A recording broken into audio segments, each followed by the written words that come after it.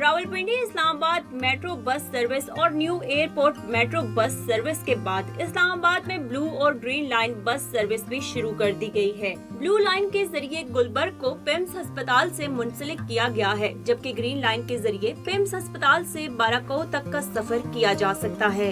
یہ بہت اچھا سفر ہے اور بہت اچھا اقدام ہے گورنمنٹ کا۔ تو کمفرٹیبل ہے، آرام دہ ہے، یہ ایئر کنڈیشن ہے، ٹھیک ہے، اور عزت کے ساتھ سفر ہوتا ہے۔ یہ بہت اچھا ہے، خواتین کے لیے ایک الگ جگہ ہے۔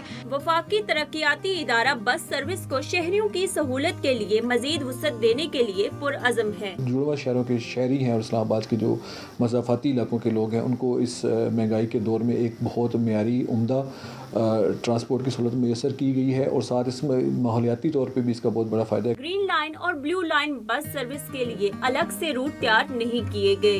یہ بس سروس پہلے سے تیار شدہ شہروں پر ہی چلیں گی۔ پیٹرولیم مصنوعات کی قیمتوں میں اضافے کے باعث شہری اب پبلک ٹرانسپورٹ کو ترجیح دینے لگے ہیں۔ اسلام آباد کے شہری سفر کرنے کے لیے حکومت کے حالیہ گرین، بلو اور اورنج لائن بس سروس کو بہترین آپشن قرار دے رہے ہیں۔